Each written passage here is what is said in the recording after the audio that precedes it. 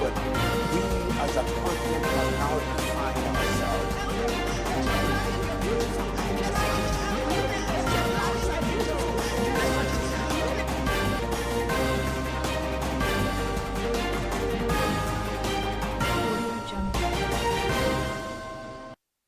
This is your digital first Pan-African news network, TOS Television. I am Merciful Ajinomo, and you are watching TOS News Update.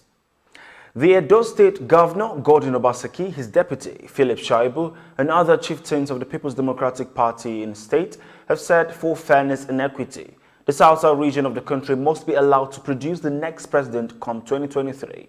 Governor Obaseki and his deputy appealed to the National Vice Chairman of PDP South-South region, Obi, to use his position to ensure the next president of Nigeria comes from the South-South region. Governor Obaseki and other PDP chieftains have said they are very optimistic the next president of the country will be produced from the party. The Inspector General of Police, Mohammed Adamu, has ordered immediate deployment of a team of specialized investigators from the Force Criminal Investigations Department, Abuja, to Benue State. According to the Force spokesperson, Frank Mba, the deployment is to provide additional investigative support to Benue Police Command following the attack on Governor Samuel Otom by suspected headers on Saturday. Adamu also directed the Commissioner of Police in Benue State to take adequate measures towards strengthening and improving security in the state, particularly around the governors. And the Akwa Ibom state government has ended a week-long distribution of relief materials to victims of flood and fire disasters across the state. The Deputy Governor of Akwa Ibom, Moses Ekpo, urged residents living in riverine communities to ensure the safety of their houses and property against flooding and windstorm disasters as rain sets in. According to him, the state is currently working on gigantic flood control project across 4 local government areas in the state through the collaboration of World Bank and NewMap. The ancient market of Tudunwada in Gusau, Zamfara State, has been ruined by fire. According to a resident in Gusau, the fire started at midnight on Saturday and continued in the early hours Sunday with lots of shops and property burnt. The resident added that it took the combined team of Zamfara Fire Service and Federal Fire Service to put out the fire. And talking COVID-19, South African Ministry of Health on Sunday has concluded the sale of AstraZeneca COVID-19 vaccines it had acquired but did not use to other African Union member states. The government suspended the AstraZeneca vaccine rollout program last month after a study by the Witwatersrand University in Johannesburg pointed to a limited efficiency of the AstraZeneca jab against the South African variant of COVID-19. According to the ministry, it had in the past weeks worked to ensure that all member states identified by the AU vaccines acquisition teams as recipients of the vaccines were compliant and had obtained all regulatory approvals, permits and licenses to roll out the vaccines in their respective countries.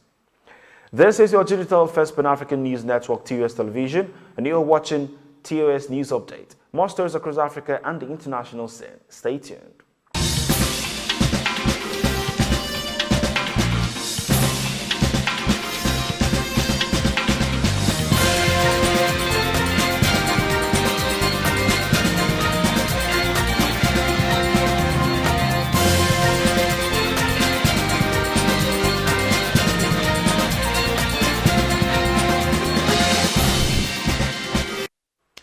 Welcome back. Somali President Mohamed Farmajo has called for a new round of consultative talks with Monday to finalize a deal on the delayed elections. The two-day talks to be held in the Somali capital Mogadishu comes after a series of consultative meetings between members of the international community and Somali leaders on how to break the current standoff on elections.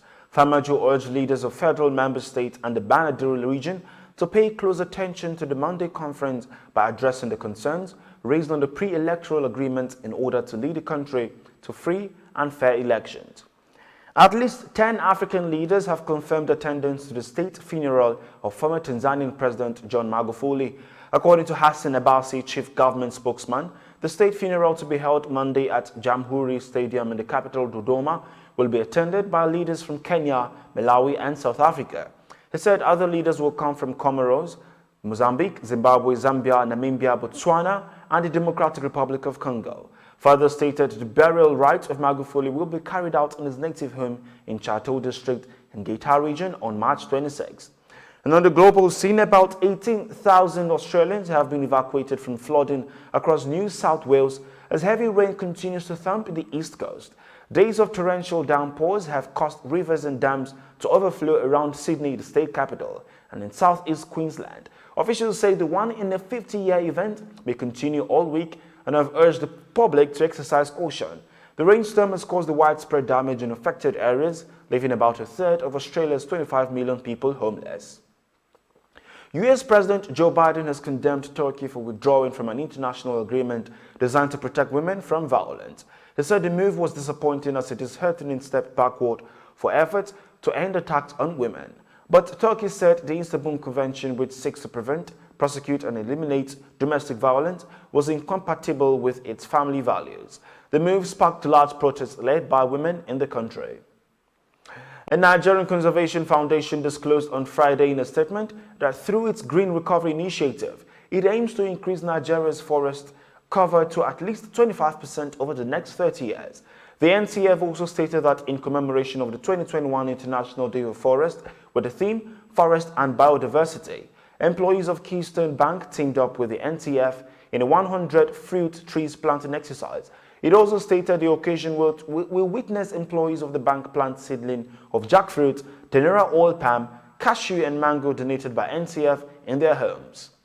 You're still watching TUS Television News Update. More stories after the break. Do stay.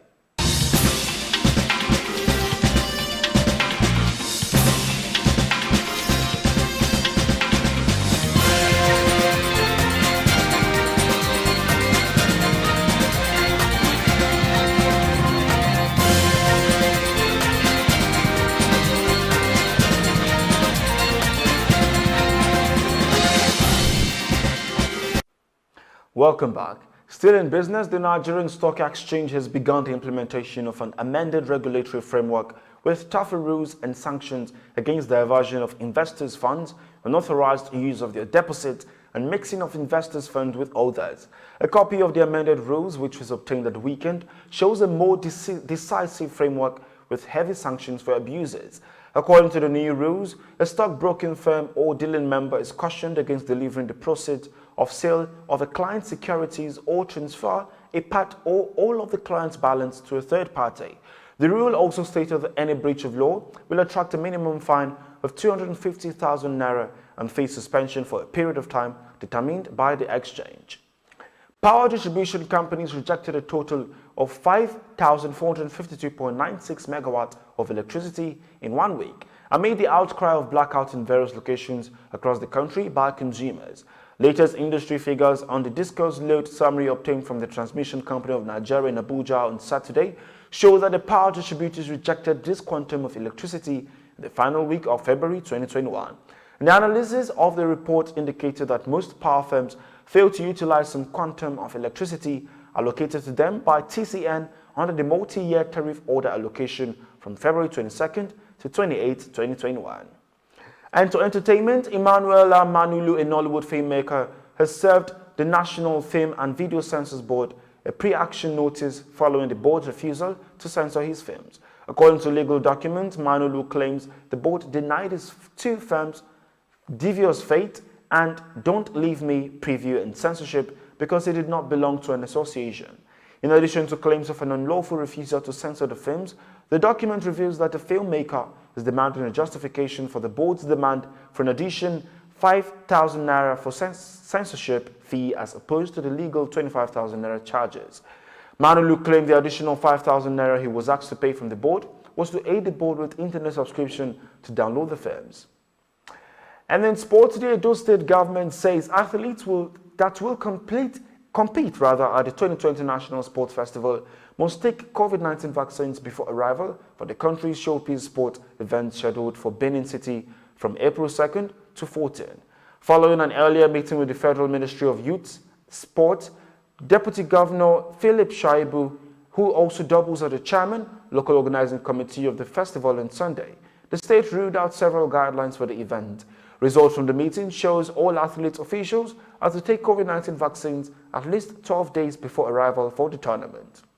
In talking African qualifiers, 6 Super Eagles players have arrived camp at the Echo Hotels in Suits, Lagos, ahead of Saturday's 2021 Africa's Cup of Nations qualifier against Benue Republic in Port Novo. This was made known via a tweet from the Super Eagles on Sunday. The players are Captain Ahmed Musa, William Trus Ekong, Ola Aina, Semi Ajayi, Ogene Karu Etebo, and Henry Onyekuru. The Eagles play Benin Republic on March 27th in Porto Novo before hosting Lesotho 3 days later at the Teslim Balogun Stadium, Lagos. And that is TUS News Updates on your digital first Pan-African News Network. For more updates, visit www.tustvnetwork.com. Do follow and like TUS TV Network on Facebook, Twitter, and Instagram. And remember to subscribe on YouTube. Do stay with us and enjoy more programs on the network. I am Merciful Ajinamo. Thanks for watching. But